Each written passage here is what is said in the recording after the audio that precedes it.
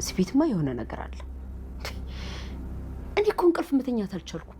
ሁሉ ጊዜ እንደቃዠው ነው። በዛ ላይ አንድ አይነት ቅዠት ነው የምቃዠው። ምንድን ነው ያየሽው ማየ? ኧረ ተይ፣ ቤቴ ሲፈርስ እኮ ነው የማየው።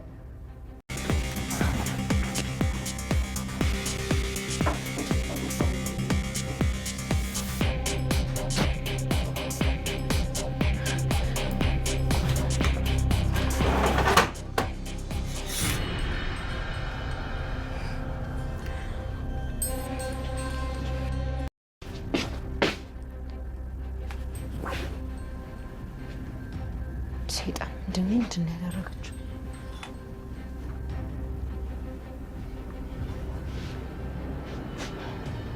ላሚ ተጨንቋል ነው የምልሽ።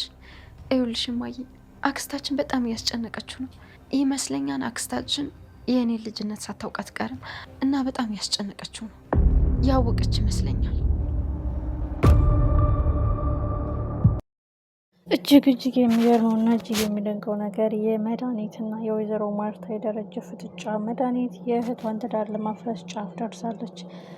እሱም ሚስጥሩን ማውጣት አለብኝ። ደሬ በነገራችን ላይ ይህን ጉዳይ በጥንቃቄ እየተከታተለው ነው።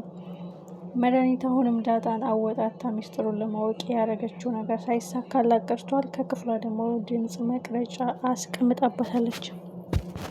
የሄደችበትም አዋቂ ቤት በቁሟ እያቃዣት ነው። የቁም እስረኛ አድርጓታል። የእውነትን የንቀሽኝ ሄደሽ አንቺ የሰላም ህይወት አትኖርም እያላት ነው። እሷም ለእሷ ሳይሆን ለሁሉም ቤተሰብ ነው የተረፈቻቸው። ጭንቀቷ የሚላከው መንፈስ ቤቱን እያመሰው ነው። ሰላም የተከበራችሁን የተወደዳችሁ ውድ ቤተሰቦች ሰላማችሁ ይብዛልኝ። ተወዳጁ ዳጣ ዛሬም አባይና ልብ አንጠልጣይ እንደሆነ ቀጥሏል። በስተመጨረሻም የድምፅ መቅጃው ዳጣ ክፍል ተቀምጧል። ዳጣም ወደ ገደለው ገብታ እንግዲህ ሰላምን እናቴ አባዬ ተጨንቋል እያለች ሚስጥሩን ዝርግፍግፍ አድርገዋለች። ግን እንደዚህ አልጋው ላይ ገደም ብላ ስለተኛች ሜቢ ራይ ኮርኒሱ ላይ የተቀመጠውን ድምፅ መቅጃ አይተው መድኃኒትን ለአንዴና ለመጨረሻ ጊዜ ከዛ ቤት የምታስወጣበት ካርድ በእጇ ቢገባ መልካም ነው። አለበለዚያ በየቀኑ ቤቱ ልታተራምሰው ነው ማለት ነው። ወይዘሮ ማርታም ይሄንን የድምፅ መቅጃ ዳጣ ካገኘችው በትክክል ከክፍሌ እንደዚህ አድርጋ አስቀምጣለች ብላ ቀጥታ ልታሳይ ትችላለች የሚል እምነት አለ። ግን ትልቁ ጉዳይ ዳጣ የተናገረችውን ነገር ስለ ቀዳ የተወሰነ መድኃኒት በስልኳ አያይዘው ይሄን ጉዳይ ሰምተው ነው ወይስ መጀመሪያ እዛ ሚሞሪ ያስቀምጣ ድምፁ ቀርቶ ሲጨርስ እሷ በድብቅ ገብታ ለማውጣት ያደረገችው ቅንብር ነው ወይስ ምንድን ነው የሚለው እጅግ አጓጊ ነው። ዳጣም በቀጥታ እማዬ እያለች ሚስጥሩን ዝርግፍግፍ አድርገዋለች። ትልቁ ጉዳይ ሚስጥሩ ከመዘርገፉ በላይ ዳጣ ካተኛኘቷ ሁኔታ አንጻር ወደ ኮርኒሷ አንጋጣ ስለሆነ ያንን ድምፅ መቅጃ ታገኘዋለች ወይስ አታየውም የሚለው ጥያቄ ነው። በጣም የሚያሳዝነውና ልብ የሚሰብረው ጉዳይ ከአንዴም 2 ጊዜ ማስጠንቀቂያ ተሰጥቷት ከህይወት የውጭ የራሽን ህይወት ኑሪ፣ ትዳር ማለት የተከበረ ተቋም ነው።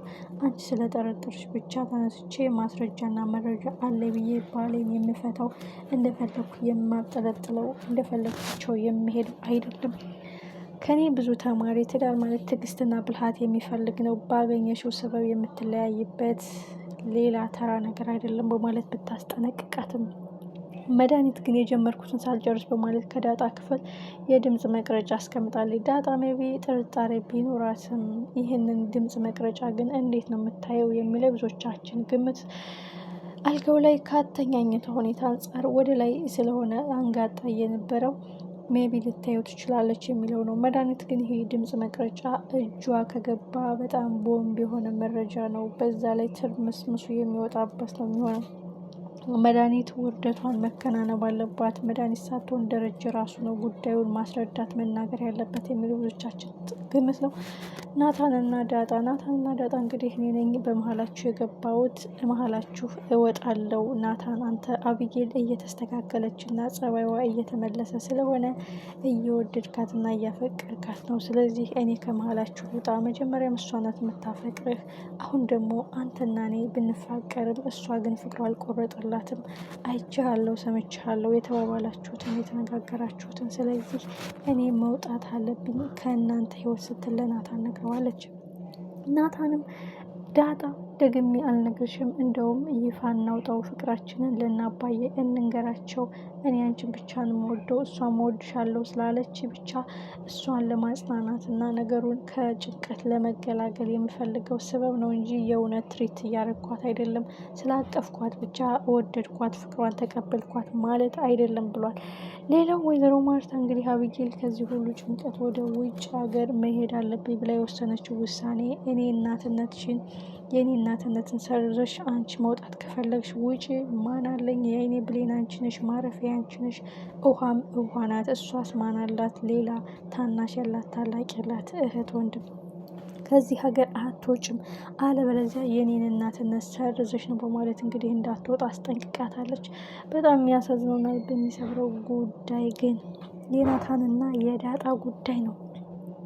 ናታን እና ዳጣ አሁን በከባድ ጭንቀት ውስጥ ነው ያለችው። አቢጌልም ዳጣ እንደምትወደው እያወቀች ዳጣም አቢጌል እንደምትወደው እያወቁ ሁሉም ተጨንቀዋል። በእርግጥ ናታን ማንን ነው የምትመርጠው ተብሎ በትክክል አባትየው አውቁ ቢያፋጥጠው ዳጣን ከማለት ወደ ኃይል ያለም። ከዚህ በፊት ግን ትልቁ ትርምስ መድኃኒት የደበቀችው የድምፅ መቅጃ ማን ነው የሚደርሰው? ማን ነው የሚያየው? እጅግ እጅግ እጅግ አጓጊና ልብ አንጠልጣይ ነው።